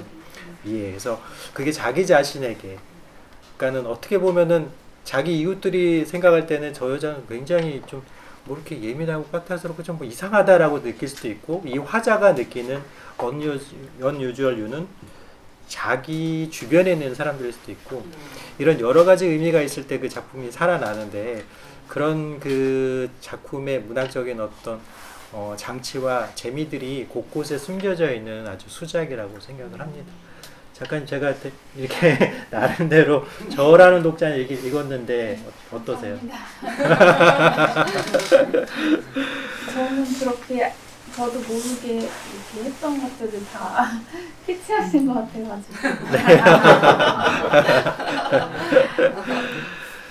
네. 어쨌든 그 지금 이제 5분의 작가님의 말씀을 들으셨는데, 이제 2분의 작가님이 남으셨고, 한 분은 지금 해외에 계셔서 여기에 참여할 수는 없지만, 일단 김성대 작가님 말씀 들어보고 그 작품도 같이 얘기를 해볼게요. 아라의 은노의 책에 대해서 줄거리를 잠깐 설명해 주셨지만, 그 저는 요거 읽으면서 그 뭐가 여쭤보고 싶었냐면, 책방지기 하기 전에 그 개인 김성대님은 책을 어떻게, 그러니까는 사람이 뭐 이렇게 그 상황이 바뀌어서 뭐가 사고가 바뀌었다 이런 말을 하고 싶은 게 아니라, 일반적인 사람들의 시선에서 책방을 대해서도, 책에 대해서도 한번 좀 생각을 해보는 게 의미가 있다고 생각해요. 저도 사실 책을 쓰고 제가 책을 출간하는 출판사도 또 하고 있거든요. 그러기 전에는 부끄럽지만 그렇게 막 책에 애정이 있지는 않았어요. 제가 좋아하는 작가들 소설이나 좀 사서 보는 수준이었거든요. 그래서 그런 것들도 한번 얘기를 나눠보고 싶은데, 두루두루 이제 하시고 싶은 말씀 겸해서 해주시면 좋겠어요. 저는 그 책방 하기 전에 직업군인을 했어요. 30년 하다가 이제 대령으로 이제 예편을 했어요. 예편할 때 좀 기간이 좀 남았는데 한 2, 3년 일찍 나왔어요. 나와가지고 뭐를 할까 하다가 군과 관련된 일을 계속 하는 게 사실은 편하게 살 수 있는 길인데, 이상하게 또 잘 안 되더라고요. 이게 뭔가를 계속 관련된 걸 하려고 하니까 남은 제 삶이 너무 촉박하고 좀 별로 안 좋아 보이더라고요. 그래서 뭘 할 수 있을까 이렇게 고민을 하다가 출판을 할까, 뭐 그래서 출판학교도 다녀보고 그러면서 그 과정 속에서 꽤 많은 책들을 읽었던 것 같아요. 가장 먼저 저한테 영향을 줬던 책은 헌법이었어요. 헌법을 공부하면서 인간에 대해서 굉장히 많이 이제 탐색하게 됐고, 네, 그 다음에 이제 좀 이상하죠. 대한민국 헌법이요? 네. 헌법을 보면서 제가 생각하는 기준이 확 달라진 것 같아요. 그리고 나서 이제 읽게 된 책들이 이제 소설책과 이제 철학, 뭐 인문서적들을 이렇게 쭉 읽어나왔는데, 제가 지금 비북스에 여기 여기 이렇게 진열된 책들을 보면 한 8, 90%는 전부 소설입니다. 이게. 소설이 굉장히 많고, 제가 이제 책을 편식하는 건 아니에요. 자기계발서부터 해서 뭐 실용서 다 읽었는데, 제가 마지막으로 정착한 곳이 소설이에요. 그래서 이제 소설로 다 이제 거의 채우다시피 하고, 오늘도 뭐 여기 소설가님 실제 등단하시고 전문적으로 이렇게 하시는 소설가님들 굉장히 많이 오셨는데, 저쪽에 마지막에 오셔가지고 이경 소설가님 그 소설을 읽으면서 제가 느끼는 것은 뭐냐면, 이게 좀 약간 강의 모드가 된 것 같아요. 그 소설 속에 나오는 그 화자들 인물들이 굉장히 많이 나옵니다. 이렇게 인물들이 나오는데 그 인물들이 항상 어떤 욕망 같은 걸 품어요. 근데 그 욕망을 제가 이렇게 간접적으로 들여다보면서 제 자신의 욕망과 제 자신의 삶을 항상 이렇게 같이 견주어서 이렇게 되돌아보는 게 생기더라고요. 그래서 저 같은 경우는 이제 소설이 저의 삶에 어떤 굉장히 큰 변화를 준 것이라고 생각해요. 가령 저도 이제 가부장적이고 독선적이고 어떻게 보면 약간 폭력적이라고 해야 되나요? 뭐 그런 삶을 살아왔었는데 책 특히 소설을 읽고 나서 그런 것들에 대해서 굉장히 많은 생각을 했던 것 같아요. 그러면서 제가 많이 변했으니까 다른 사람도 변할 것이다 해가지고 소설도 권하고 계속 읽고 책방을 차렸는데 아무도 안 와요. 아무도 안 와요. 이게 저기 책방문 이게 지하에 있으니까 또 외부에 이렇게 노출이 전혀 안 되니까 더더욱이나 안 오는 것 같아요. 처음에 할 때는 좀 노출이 잘 되는 곳에 갔는데 이게 월세가 충당이 안 되더라고요. 그러니까 이게 약간 딜레마가 있어요. 뭐 이렇게 노출이 잘 되는 곳에 해야지 뭐 돈이 될 거라고 생각하는데 노출이 안 돼도 월세 저금이 최고라는 그런 판단이 서울 와서 이쪽으로 들어왔는데 그러고 나서 이제 너무 안 오니까 굉장히 예민해져요. 그러니까 이 계단이나 밖에 무슨 소리가 약간이나 들리면은 책방에 오시는 분인가? 근데 안 들어와요. 그리고 또 저 문을 열고 빼꼼히 보고 들어왔다가 제가 이제 남성이잖아요. 얼굴 싹 대밀면은 어서오세요 그러면 바로 나가요. 네, 그런 점들에 대한 다양한 경험들을 많이 했어요. 그래서 이 소설을 언젠가는 한번 책방에 대한 걸 한번 써보겠다고 했는데 사실 여기에 제가 책방 지기를 하면서 알게 모르게 제가 하고 싶었던 이야기는 한 5, 60% 이상은 다 했던 것 같아요. 가령 뭐 여기 나오는 내용 중에 보면 이쪽 끝에서 저쪽 끝까지 다 쏴주세요 이거 돈 줄 테니까 뭐 이런 장면도 나오고 그 다음에 이제 뭐 온 사람들이 뭐 전화해가지고 책을 이야기는 안 하고 다른 이야기 하고 심지어는 또 오셔가지고 책은 안 사고 계속 왔다 갔다 하는 분들도 굉장히 많아요.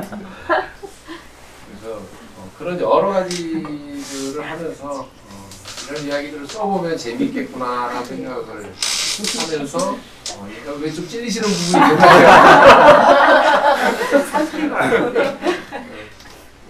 뭐 좀 재밌게 좀 너무 심각한 이야기인데 사실은 너무 심각한 이야기를 심각하게 쓸 수는 없을 것 같아가지고 약간 코믹 버전으로 좀 쓰면서 할 이야기는 다 했던 이야기라고 저는 생각을 합니다. 많이 읽고 책방에 대해서 조금 더 생각을 해주시면 감사하겠습니다. 기다립니다. 네. 저도 공감을 100배, 1000배 하는데 이제 작가면서 저는 이제 책을 내다 보니 6종을 냈는데 아침 9시에 이제 문자가 와요. 교보 주문 뭐, 예스24 주문 뭐, 알라딘 주문 뭐, 그 북센 뭐 이렇게 오거든요. 그럼 8시 55분쯤 되면 이제 이거 보고 있어요. 그럼 어느 날은 한 건 이렇게 문자가 오기도 하고, 어느 날은 정말 어떨 때는 한 번도 안 오기도 해요. 그런데 이제 그럼에도 불구하고 왜 계속 책을 낼까? 그럼에도 불구하고 왜 책방을 지키고 있을까? 에 대한 의미가 여기에 담겨 있는 것 같아요. 책방이 어렵다는 것 자체를 말하는 것도 중요하지만 그럼에도 불구하고 지키는 사람들이 있다는 얘기를 한 그 의미가 여기 있는 것 같고, 그래서 결론은 도와주세요.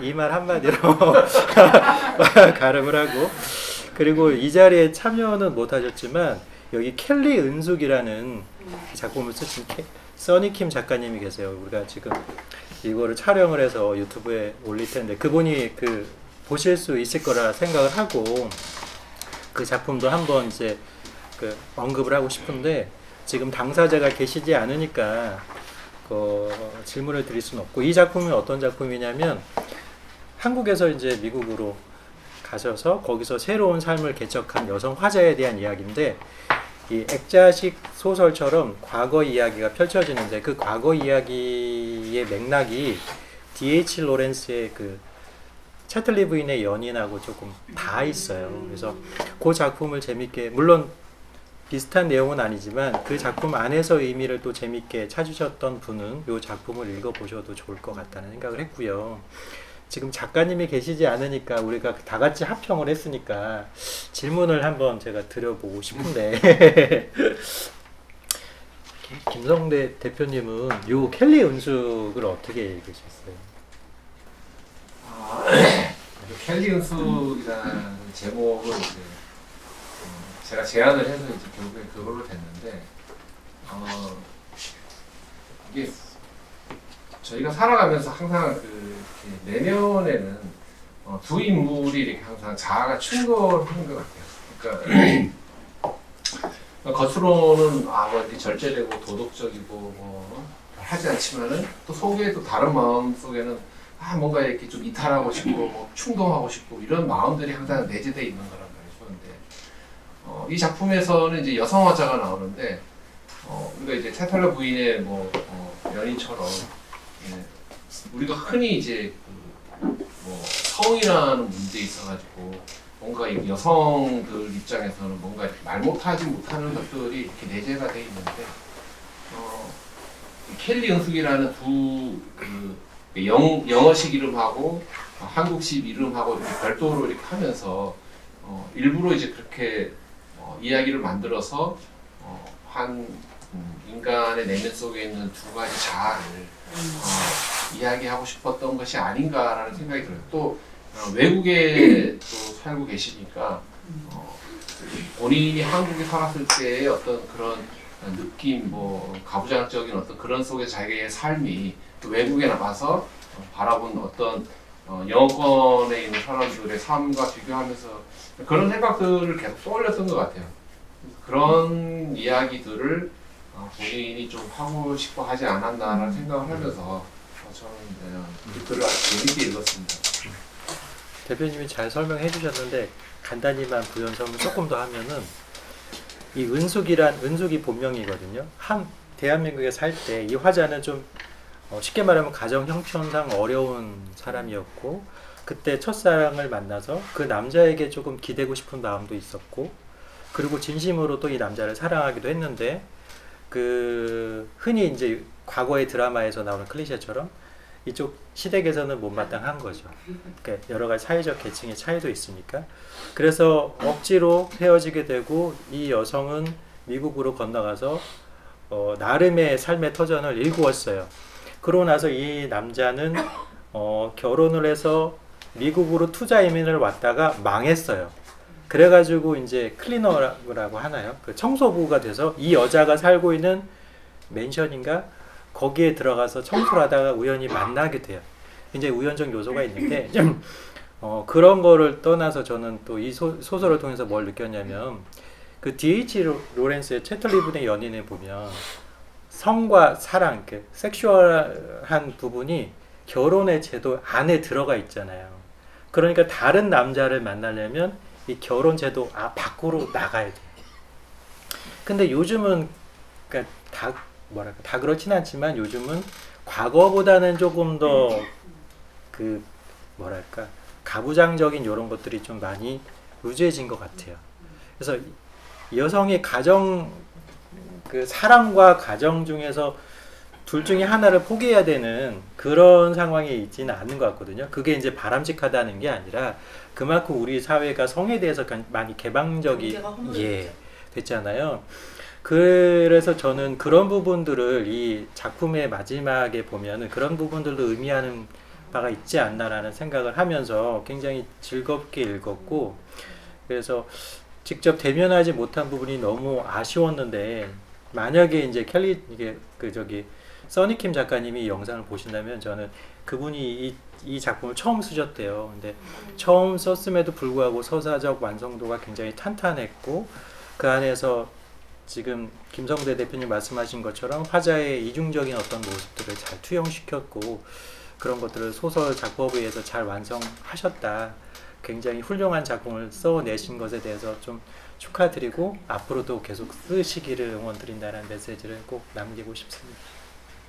자, 여기까지 해가지고 이제 우리가 얘기를 좀 나눴는데 이제 지인분들이시잖아요. 그래서 아마 자기 지인의 책은 그 작품 꼭 읽으셨을 것 같아요. 그걸 읽으면서 궁금하신 것들이 혹시 있다면 이제부터는 순서 없이 자유롭게 의견을 말씀하셔도 되고, 그게 조금 이제 발열 시간이 필요하니까 고민하시면서 제가 아까 앞서 김농숙 작가님께 네, 하고 이경 작가님도 한 명 드릴 건데, 이제 김농 작가님 하시고 그리고 이경 작가님. 그냥 저희 김영석 작가님께도 말씀드리고 우리 이경 작가님께도 말씀드렸는데, 저희가 해마다 이제 또 이런 책이 또 이제 3권 나왔잖아요. 4권, 5권, 6권 나오고 계속 나올 때마다 우리 기존에 참여했던 작가들이 함께 와서 축하해주는 전통을 세우자 이렇게 얘기를 했는데, 오늘 또 이경 작가님도 와주시고 그래서 너무 기쁘고 감사하고요. 그래서 이렇게 비북스에서 이렇게 읽고 쓰는 일들이 계속 이루어졌으면 좋겠다. 그리고 이런 장소를 제공하는 비북스를 좀 아끼고 지켜줬으면 좋겠다. 그런 당부를 드리고 싶어요. 왜냐하면 이렇게 우리가 읽고 쓸 수 있는 장소와 지킴이가 없다면 우리가 이런 깊은 자리를 가질 수 없잖아요. 우리 김성배 대표님이 근대문화상 책수상 받으셔가지고서 굉장히 시사적인 주제로 아주 수작을 쓰셨거든요. 또 김성배 대표님이 작가로서 또 발전하셨고, 그런데 12월 중순에 어깨 수술하신대요. 비밀라이언에서 말씀드리는 거예요. 그래서 수술하시고 회복하는 동안 문 닫으신다고 해서 제가 저희 소설 합평하는 소호주 제자분들하고 문 닫지 말고 월세는 나가니까 우리가 여기 비북스를 지켜줄 테니까 문 닫지 말자 그래서 제가 15일, 12월 금요일 1시부터 6시에 커피하고 차하고 간식을 준비하고 기다릴 테니까 다른 요일에 또 다른 분들이 지켜주시거든요. 놀러 오세요. 혹시 맥주 마시고 싶으신 분들 얘기하세요. 제가 맥주도 준비할게요. 감사합니다. 6시까지 원하시면 제가 7시까지 맥주 원하시면 미리 말씀하세요. 제가 조용히 준비해드리겠습니다. 두 가지 메시지로 정리할 수 있을 것 같은데요. 일단은 적자가 나든 말든 여기를 계속 지켜라. 그러려면 우리의 응원이 필요하다. 그리고 여기 참여하신 그 6분의 작가님들, 그 써니킴 작가님 포함해서 7분의 작가님들의 작품이 점점 더 한 해 할 때마다 더 업그레이드 되는 것 같다는 말씀인 것 같고요. 방금 이제 말씀해주신 분이 이제 김농숙 작가님은 1기 이제 지도 작가님으로 참여해 주셨고, 그리고 이제 소개해 주실 작가님은 이경 작가님이신데 2기 내하로 48번 길 지도해 주신 작가님이십니다. 간단히 혹시 괜찮으시면 자기 소개 좀 부탁드려도 될까요?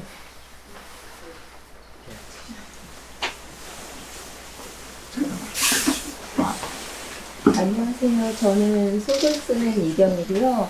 작년에 비북스 여름에 와서 같이 소설 공부를 하면서 책도 같이 내면서 공유도 같이 했던 경험이 있어서 오늘 초대를 받았을 때 너무 즐거운 마음으로, 제가 김포에 사는데 여기까지 정말 2시간에 걸려서 오늘 내내, 작년에도 그렇지만 정말 너무 즐겁게 왔고요. 오기 전에는 이제 당연히 책을 읽었는데, 제가 이제 아시는 분들 거만 이제 읽었어요. 그래서 예전에 이제 계속 하던 버릇이 있어가지고, 여기서 왜 더 안 가셨지?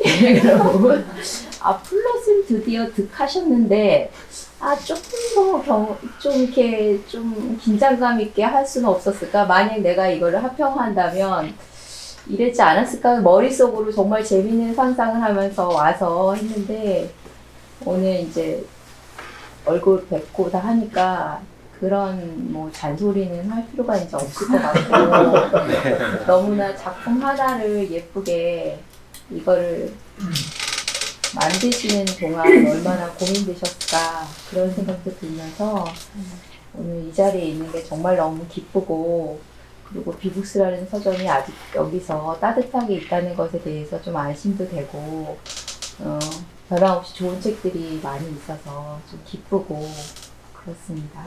수고 많이 하셨고 좋은 책을 내주셔서 감사합니다.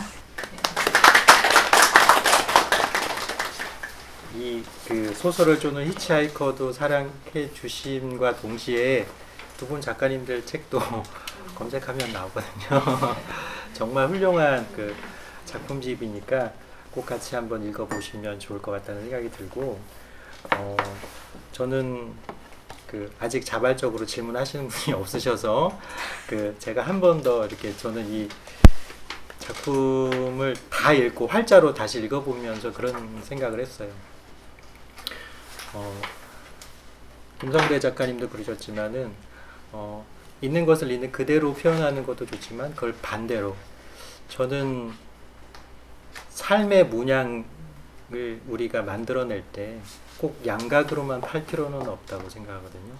때로 음각으로 팔 수도 있는 거고 욕망을 얘기하면서 컴플렉스를 말할 수 있고 사랑을 얘기하면서 증오를 말할 수도 있다고 생각해요. 그런 것들이 이미지로 보여주는 어떤 그 장르 말고 문자를 통해서 소통하는 문학, 그 중에서 소설이 가질 수 있는 장점이라고 생각합니다. 그래서 그러한 장점과 그 재미를 이 작품집을 통해서 여러분이 느끼셨으면 좋겠고 이제 어느 정도 해서 마무리가 되었는데 대표님 그래서 어떻게 또 남은 시간을 진행을 하면 좋을까요? 네. 오신 분들 질문 네. 궁금하신 거 있어요? 이 제목은 누가 지으신 거예요? 이 제목은 이제 소설을 좀 히치하이커. 이제 추천에 그래서 이제 히치하이커 그거를 썼잖아요. 그걸 가지고 이제 대표님이랑 상의해가지고 짓게 되었습니다. 네. 시연 작가님 그 네. 소설 재밌게 긴장- 봤고요. 네. 시연 작가님이 마음에 들어가지고 다른 한세 번 같은 정도 읽은 거 나머지는 조금 보다가 다 읽지 못했고 저기 뭐 미안. 소설을 보면서 좋았는데 막 저도 이제 이 작가님 같은 생각들이 막 들어갔고 이렇게 얘기해 주시는 게 막 떠오르더라고요. 나중에 기회가 되면 전달해 드릴 수 있을 것 같아요. 소연 작가님이 역시 기대를 저버리지 않으셔서 아유 감사합니다. 훨씬 저번 책보다도 더 매끄러워졌어요. 같이 읽었던가요 그때? 네? 같이 읽었던가요 초고를? 같이? 아니, 대화로 사실 아. 사람 소설보다 훨씬 더 참 놀랐는데 궁금한 거는 이게 그 마지막에 그 자전거랑 네. 그 자판에 깔아놓고 네. 할머니 나오잖아요. 네. 그거가 이제 할머니도 앞에 부분에서도 나오고 네. 그리고 가장 이제 결정적인 소설의 마무리를 좀 이제 사기꾼 같은 처음에 이제 첫 이미지 좋았지만 결국은 그런 사람이었는데 네. 또 세연에서 하트 2개가 온 걸로 끝나잖아요. 예. 근데 이제 굉장히 좋았던 걸로 생각도 들어요. 근데 이제 그 장치를 어떻게 의도적으로 심으신 건지 마지막에 그 어떤 세연에서 하트 2개 오는 장면으로 끝을 맺자라는 걸 미리 생각을 하셨던 건지 아니면 어떻게 그렇게 끝을 맺으신 건지 그러니까 그 화자가 영애가 이제 그 세연의 그 회원 가입을 해가지고 이제 본격적으로 남자를 한번 만나보리라 마음에 맞는 남자를 만나보리라 이렇게 했을 때는 그녀의 이제 그 외로움과 이런 것들이 되게 자극이 됐었고 욕망이 이제 드러났잖아요. 근데 이제 기대를 했던 어떤 만남이었는데 그게 좀 원활하게 잘 되지 않는 상황이었고 또 그 남자를 통해서 이 여자가 자기 역사를 또 되돌아보면서 지나간 세월도 이제 세안처럼 이렇게 돌아보기도 하고 그 과거를 다시 경험을 하거든요. 또 그 할머니의 모습은 또 되게 외롭게 쉽게 비춰주고 또 계절도 사실 좀 이즈음인데 자기의 어떤 미래 처음에는 거기서 작품에서는 이렇게 삭제가 됐는데 처음에는 자기 엄마의 모습을 떠올렸었지만 이제 나중에는 거기서 자기 자신의 모습을 보면서 약간 울적해지는 그런 부분이긴 했는데 결국 그녀가 이제 자기 어떤 욕망 그걸 좀 넘어서서 한 개인으로 그러니까 그 외로움이 꼭 남자여야 할 이유 외로움이 꼭 남자를 통해서 사라지게 만드는 뭐 그런 거는 아닐 거라는 어떤 그런 약간 깨달음 이런 부분으로 결말을 맺고자 했고 그 세연에서 이제 마지막에 또 이제 하트가 또 걸려 있잖아요. 그런 어떤 새로운 또 어떤 기대를 또 가질 수도 있는데 그냥 그건 좀 열린 결말로 여자가 선택할 수도 있고 선택 안 할 수도 있고 왜냐면 앱 지워버리거나 그럴 수도 있잖아요. 약간 좀 열린 결말로 이렇게 남겨둔 겁니다. 이 정도면 상당히 그 여자가 네. 남자를 만나면서 네. 굉장한 충격을 받고 굉장한 상처를 받고 그다음에 그 차단까지 당하잖아요. 그랬을 텐데 굉장히 끝이 이제 평화롭게 공유 자전거도 그렇고 바람개비도 그렇고 그렇게 잔잔하게 끝까지 또 유지가 된 게 네. 여자 캐릭터가 유지가 된게 좋았던 것 같고 그러면서 불구하고 약간 반전적으로 하트 2개가 하나도 아니고 하트 2개가 걸린 건 네, 그런 의미에서 조금 그렇던 것 같아요. 2억개가 걸렸을 거예요. 2개가 아니라 2억개. 2억개가 걸렸는데 아마 선택하겠죠? 정혜가. 진짜 시현 작가님은 꼭 대표님하고 같이 좀 단행본을 감사합니다. 열심히 써보겠습니다. 다른 분도 없으신가요? 네. 먼저 하십시오. 저 질문은 아니고 그냥 이제 제가 하고 싶은 말이 있어서 그냥 일단은 초대해 주신 우리 김성대 작가님한테 감사드리고요.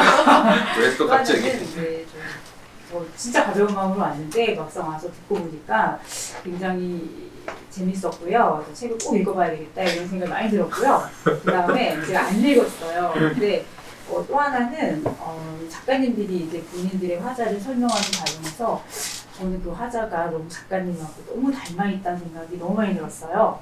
그래서 그냥 저 사람의 인생이 그냥 그림이 이게 쫙 그려지는 거예요. 예를 들어서 여기 브리트니? 내 친구 브리트니. 내 친구 브리트니를 저는 꼭 읽고 싶은데요. 제일 먼저 왜 그러냐면 그냥 저도 항상 이렇게 느끼면 이렇게 가까워지고 싶은데 사실 그게 쉽지가 않잖아요. 사람들하고의 관계나 이런 것들이. 근데 이제 아마 제 마음을 잘 그리지 않았나 이런 생각도 들고 그냥 이 작가님의 마음같이 딱 느껴져서 이거를 제일 먼저 읽고 싶고요. 그 다음에 그래서 그 말씀을 꼭 드리고 싶었어요. 그리고 다른 작가님들 책도 무한한 궁금증이 많이 생겼습니다. 감사합니다. 고맙습니다. 호영님. 네. 안녕하세요. 저는 이제 김성대 작가님하고 김민 작가님하고 이제 고전사랑이라는 그 이제 책 읽기 동안 하고 있는데 같이 썼는데 저는 그 느낀 점 2가지하고 궁금한 점 1가지 있어가지고 먼저 느낀 점은 첫 번째는 제가 좋아하는 이제 과학적인 김상우 과학자인데요. 그분이 하는 말씀 중에 원래 죽음이 지구 역사는 죽음이 정상이라고 해요. 살아있는 게 비정상이래요. 근데 아까 이주 안에서 말씀하신 것처럼 그 살아있는 것을 영원으로 만들기 위해서 남은 게 기록이라는 측면에서 보면 작품 정말 대단하더라고요. 저는. 왜냐하면 저도 이제 소설을 읽지만 읽으면 읽을수록 글 쓰는 분이 되게 대단하게 느껴지더라고요. 저는 이제 못 쓸 것 같다. 이런 그 생각이 먼저 들었고요. 두 번째는 아라의 음모 딱 읽었을 때 처음에 딱 느낌이 들었어요. 저 예전에 좋아했던 영화 V가 생각났더라고요. V는 여기 계신 분, 정말 그렇게 생각했는데 관람분 같다는 생각이 들더라고요. 외계의 음모에서 책을 읽기 위해서 이렇게 우리는 지하에 내려와서 이렇게 하고 있구나. 그래서 관람분이라는 느낌이 들었습니다. 그래서 참 잘 봤고요. 궁금한 점은 작가님들에 대한 얘기보다는 그래도 이제 오히려 김영석 소설가님한테 여쭤봐야 될지 김성대 작가님한테 여쭤봐야 될지 모르겠는데 순서를 어떻게 결정하신 거예요?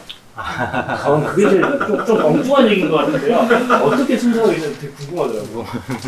덧붙여서 각자의 소설들을 각자 소설 그 제목들을 다 본인이 정하신 건지 아니면 좀 소설가님의 컨펌을 좀 받으신 건지도 궁금증이 좀 아까 들었어요. 컨펌이라기보다는 서로 이제 여러 가지 안을 놓고 이렇게 의논하기도 하고, 이게 가장 중요한 거는 작가님 본인들의 의견이 그대로 반영된 작품도 있고, 조금 이거하고 이거 중에 어때요? 이렇게 의논한 작품도 있습니다. 그 순서는 정하기가 되게 어려운 문제인데요. 그 김영석 소설가님하고 뭐 이렇게 좀 서로 이렇게 의견을 이제 많이 이제 주고받았어요. 주고받았는데 일단 처음과 마지막은 맨 처음에 쓰시는 분들은 조금 제외를 하자, 그렇게 약간 생각을 했고요. 처음 하시는 분들은 좀 이렇게 가운데에 이렇게 좀 해놓고 다음에 또 한번 도전을 하시면 그때 이제 앞이나 뒤쪽으로 순서를 좀 조정을 하겠다, 이런 이제 제 개인적인 생각이 좀 있었고요. 미안 작가님 글이 맨 앞에 가게 되면은 저쪽에 앉아 계시는 그 희연 작가님이나 서리 작가님 같은 경우에는 첫 번째 책과 두 번째 책에서 앞쪽에 먼저 이렇게 자리를 한번 차지한 적이 있으세요. 그래서 또 제외. 그렇다고 또 제가 앞으로 가기는 또 그렇고. 그리고 이제 각 작품마다 되게 독특한 그 재미가 있어요. 재미가 있는데 이 작품을 소설적 히치하이커를 맨 앞쪽에 작품을 넣었을 때 그럼 그 다음 작품을 또 뭘로 넣을까를 고민을 좀 해야 되거든요. 그러니까 그런 것들을 하면서 이렇게 조금 심각한 이야기로 갔다가 또 뭘 좀 재밌는 이야기로 갔다가 그런 것들을 하면서 이 독자님들이 이 책을 읽었을 때, 우리 통상 그 책을 읽으면은 단편을 읽을 때 맨 앞에 읽고 재미없으면은 바로 뒤로 넘어가는 또 경향이 있거든요. 그러니까 뭐 그런 것들도 좀 생각을 하고 중간중간에 좀 약간 코믹한 버전도 좀 넣고 뭐 이렇게 해서 순서를 정했는데, 여기 계신 작가님들은 뭐 왜 내 작품이 맨 앞에 안 나와 이렇게 좀 기분 나빠질 수는 좀 있을지 몰라도, 그럼 뭐 제가 모든 욕을 다 뒤집어 쓰는 한이 있더라도 어떤 원칙을 정해서 하기 때문에 이렇게 알아주시면 감사하겠습니다. 꼭 작품 관련한 질문이 아니더라도 창작에 대해서, 창작을 하고 있지는 않지만 나도 한번 소설을 써보겠다라는 마음을 갖고 계신 분도 계실 것 같아요. 지인의, 가까운 지인의 도전과 그 결과물을 보고 나서 그런 마음이 들었을 수도 있는데, 그런 마음이 있으신 분도 그 질문을 해주셔도 좋고, 자기 포부를 여기서 이 자리에서 내년에 비북스 내가 하겠다 이렇게 당당히 밝히셔도 좋고, 자유 주제로 우리가 담소 나누듯이 이렇게 의견 얘기해 주시면 좋겠습니다.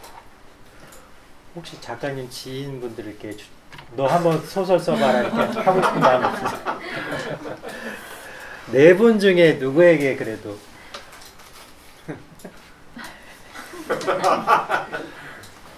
극아이신가요? MBTI가 보현 작가님 MBTI가 I로 시작하나요? 극아이. 그래도 오늘은 작가로서 쓰셨으니까 써보시니까 어떠세요? 소설을? 일단 저는 진짜로 재밌었고요. 친구들에게도 한번. 네, 진짜 재밌고 자기 생각을 한번 정리하기에도 되게 좋고요. 그리고 일단 다른 분들 글과 자기 글이 이렇게 매주 성장해 나가는 걸 볼 때 진짜 신기해요. 왜냐하면 저 다른 분들 어떤지 모르지만 저는 진짜로 글 쓰는 법을 배워본 적이 없어서 제 글이 끝까지 안 실릴 수도 있다고 생각했어요. 그래서 처음 시작할 때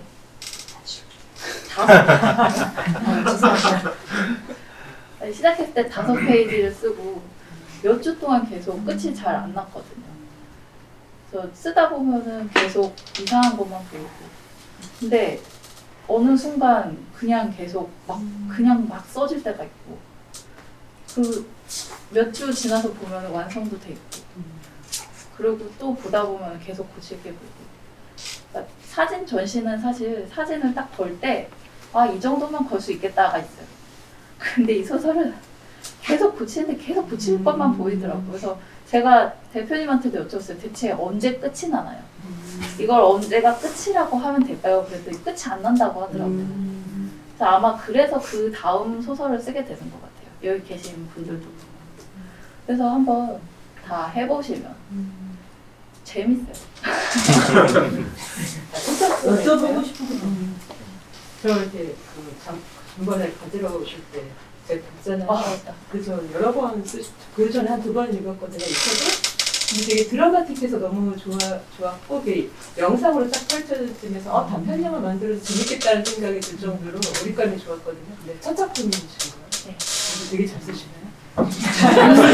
두세 번을 쓰신 것 같아요. 제가 딱 이걸 쓸 때 그해 우리는이라는 드라마 혹시 아세요? 봤어요. 그거랑 4월의 인연.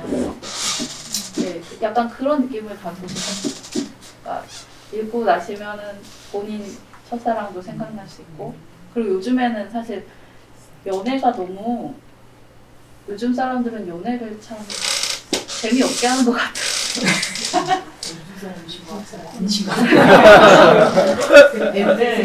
약간 풋풋한 느낌을 넣고 싶은 거였어가지고 단편 영화 같다고 해주시니까 감사합니다. 많이 젊으신 거 아니에요? 저희 MZ세대 그런 감성처럼 그렇게 느껴졌는데 되게 그만이시죠?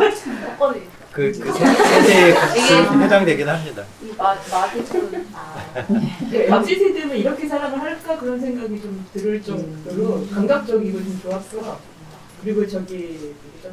저는 좀 나이가 있어서 586 세대라고 그러더라고요. 저는 X세대라고 생각하고 있는데 근데 저기 누구더라? 첫사랑 느낌을 쓴 배성태 작가님이 저 586 세대일 것 같다는 생각이 들었어요. 되게 순수한 느낌이 들어서 첫사랑 그런 걸 되게 순수하게 표현하셔갖고 상상을 할 때 외모도 그러실 거다. 그런 이미지. 네, 남성분이니까 청순한 외모시고 너무 좋았어요. 순수한 느낌으로. 약간 피천득 선생님의 그런 감성처럼 되게 좋았어요. 건축가께로는 느낌도 나고 잘 풀어내신 것 같아요. 본인 스타일로. 네, 제가 6.25 앞에는 아니지만 그때 감성으로 굉장히 순수하게 쓰시는 것 같아요. 이쪽 분은 이제 그 뭐죠? 아까 다른 분들이 뭐 유치하다고 그렇게 받아들이신 분도 계셨다고 했잖아요. 저는 너무 좋았어요. 다른 방면으로 되게 조금 이게 근데 외모는 또 굉장히 청순하시네요. 근데 그런 극한 상황에서도 애틋한데 순수한 감정이 잘 표현되면서 영화적으로 잘 펼쳐질 진짜 쉽게 와닿는, 요새 젊은 사람들이 영상 세대라고 그러잖아요. 그 느낌이었어요. 아까 저쪽 분은 이제 시나 수필처럼 굉장히 순수한 느낌으로 와서 또 다른 편으로 수채화 느낌이라고 해야 되나? 그래서 다 대비돼서 너무 좋았던 것 같아요. 여기 안 계신 켈리 분은 그게 좀 약간 파격적인 영화를 보는 듯이 다 색깔이 틀리세요. 그리고 저기 작가님은 대표님은 또 코믹하시고 그걸 뭐라 그러죠? 약간 웃기면서 슬프면서 뭐 그런 모든 감정이 복합적으로 느껴지는 그거 어렵잖아요. 우픈 감정. 네, 옛날에 제가 문학을 그런 지 오래됐고 페이소스 뭐 이런 페이소스. 네, 그런 거 비슷한 그것도 어려우니까 다 여기 계신 분들이 개성도 강하고 전 되게 좋게 들었어요. 그러니까 좋게 봤어요. 2번이나 읽었어요. 앞으로 또 읽을 생각이야. 3번, 4번. 네. 계속 책을 내시면 살 의사도 있어요. 감사합니다. 네, 저는 이제 여섯 분 작가님 외에도 이제 에서 7분 계시는데 랜덤 하는 질문이시고 어느 분이 다 대답하셔도 되고 한 분 하셔도 되는데 쭉 얘기 들으면서 되게 오늘 의미 있는 시간이었고 그리고 말씀하시는 거 보니까 일기부터 이제 하셨던 분도 있고 처음 하셨던 분도 있다고 하시는데 평범한 그러니까 독자에 있다가 책을 저도 좋아하는 편이고 책 읽기를 잘하고 또 예전에 초창기 때 독서모임도 했었고 지금은 그 모임을 안 하고 있지만 또 책을 놓고 있지는 않고 이렇게 독자로 있으면서 이분들은 어쨌든 지금 저희와는 다른 이제 작가의 길에 서 계시잖아요. 그래서 내 삶에 있어서 그리고 나에게 있어서 독자로 있었던 때와 내가 직접 글을 쓰고 내 쓴 어떤 소설이나 글들이 이렇게 활자를 책으로 나온 거는 굉장히 다른 경험일 것 같아요. 그래서 작가님들에게 여쭤보고 싶은 거는 글쓰기는 이 작업들이 비포 애프터를 나눈다면 뭐 무자르듯이 딱 따라질 수 없겠지만 내 삶에 있어서 나에게 있어서 굉장히 많은 부분을 의미 있게 차지할 텐데 어떤 부분이 나한테 굉장히 플렉스했는지 어떤 부분이 나에게 굉장히 좋은 영향력을 미치고 있는지 좀 간접적으로 관심도 있고 들어보고 싶네요. 다 자유롭게 대답을 해주셔도 추가로 해도 좋지만 그래도 이제 사회자의 권한으로 이 질문에 대한 답은 유미화 작가님이 먼저 가장 글에 대한 진지한 태도, 그러니까는 이제 제가 속속 들여다 알 수는 없지만 작품에서 느껴지는 그 깊이에 대해서 말씀을 드린 거거든요. 제가 작년에 한 번 내고 이번에 두 번째 내게 된 건데 저는 참 희한하게 글쓰기가 항상 하고 싶었었고 책 읽는 거를 굉장히 좋아했고 올해도 아까 김영석 작가님한테 자랑을 막 한다고 처음 오랜만에 뵈서 반가워서 작가님 저 올해 73권 읽었어요 이렇게 자랑을 했거든요. 자랑할 데가 없어서 아무도 그런 거에 관심이 없어서 작가님한테 자랑을 했는데 네, 제가 작년에 쓰게 된 계기 저는 아까 막 시 얘기해 주시고 수채화 얘기해 주셔서 너무 사실은 마음이 말랑말랑하거든요. 지금 감동을 받긴 했는데 쓰게 된 계기는 저는 항상 작년 걸도 우리 이경 작가님 계시겠지만 제가 쓰게 된 동기는 정말 상실이거든요. 일상에서 어떤 상실한 시점을 딱 겪었을 때 이렇게 마음이 다치고 몸이 다치고 이런 상황이 생겼을 때 글로써 그거를 풀고 싶은 욕구가 너무 강하게 들더라고요. 그래서 이거를 과연 근데 사실 이렇게 되게 아픔에 직면하는 거라서 쓸 때 너무 힘들었고 제가 이번에도 쓸 때 사실은 아까 보현 작가님도 얘기하셨는데 3쪽 딱 3장 썼는데 진도가 정말 안 나가서 머리를 막 안 그래서 없는 머리숱을 막 다 잡아 뜯고 항상 이렇게 썼는데 대표님한테 그때 제가 말씀드렸어요. 대표님 이번에는 더 심한 상실이라서 도저히 못 쓰겠다고 저 그만할 수도 있을 것 같아요. 이런 식으로 말씀드린 대표님께서 마음 편하게 하라고 안 써도 된다고 괜찮다고 이렇게 다독다독 해주시니까 오히려 저 더 쓰고 싶은 거예요. 쓰지 말라고 하시니까. 그래서 그렇게 해서 쓰게 된 상황이고 제가 쓰고 싶었던 것은 저만의 언어로 제 감정 그리고 저만의 것을 활자로 남기고 싶은 그런 욕구가 있더라고요.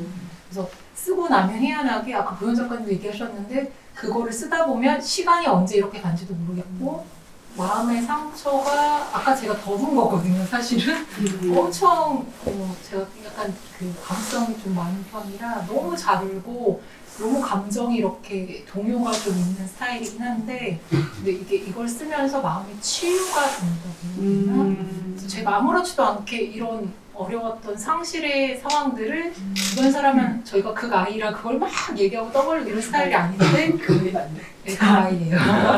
그 아이예요. 네. 그래서 그렇지 않은데 친한 사람들한테는 이제 그 아이도 E인 성향이 나오잖아요. 저희 글쓰기 모임들은 다 I시거든요. 사실은 E가 없으신 것 같은데 제가 알기로는 저희끼리 해봤는데 다 I시거든요. 그래서 했을 때 이거를 자연스럽게 얘기를 하고 있더라고요. 저도 모르게. 그래서 글쓰기의 힘이 대단하구나라는 거를 저번도 느꼈지만 이번에는 더 직접적으로 느껴서 제가 그 4월에 제가 상을 받았기 때문에 지금 반년이 지났는데 굉장히 내면이 단단해진 느낌? 뭔가 마음 그때 몸도 많이 안 좋았었는데 지금 사람들이 너 얼굴이 너무 많이 폈어라고 얘기를 할 정도로 얼굴이 너무 좋아 보여라고 한 게 사실은 저는 제가 한 건 이거밖에 없어요, 사실은. 무슨 홍보하는 사람 같은. 그래서 이거 쓴 거밖에 없거든요. 반년 동안 한 게 제 아픔과 상실 그런 걸 치유해 준 거는 얘밖에 없어서 이게 정말 효과가 있긴 있었구나. 근데 제가 막상 이렇게 얘기를 하면 저도 옛날에 들었을 때 사람들이 글쓰기로 뭘 치유를 할 수 있다 해서 어떻게 글쓰기를 치유가 돼? 그 아픔을 꺼내서 직면하는 게 그렇게 힘든 과정인데 그건 말이 안 된다고 생각을 했는데 제가 모임에 나온 지 2년이 지났고 지금 3년 차가 돼가는데 이래서 사람들이 글을 쓰는구나를 제 몸으로 제가 체득하는 상황이니까 그래서 아, 이게 맞는 거였구나. 나는 모르고서 그렇게 막 얘기를 했던 거였구나 라는 생각이 들더라고요. 그 네. 시간이 많이 지났습니다.